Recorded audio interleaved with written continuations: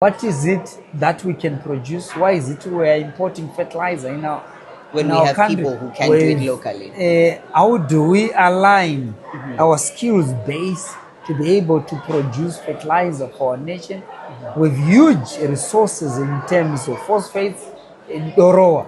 How do we produce mechanical engineers who can become original equipment manufacturers to design to produce a machine that can mine phosphates, produce cement, recategorize and distribute And so various many other fertilizers. things, yes. So basically what you import when you have the resource automatically means that you're importing skills, knowledge.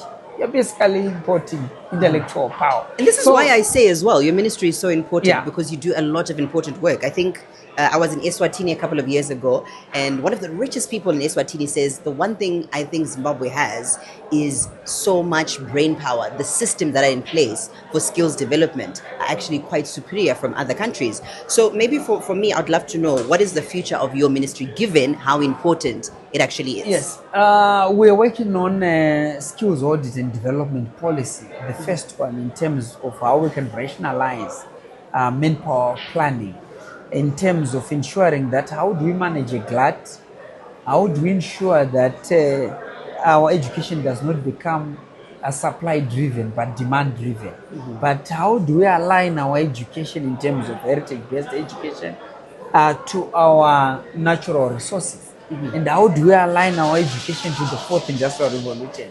Intra-Africa trade is around 17%, but how do we achieve more in terms of the balance of trade? How do we achieve more in terms of productivity by leveraging on human capital development?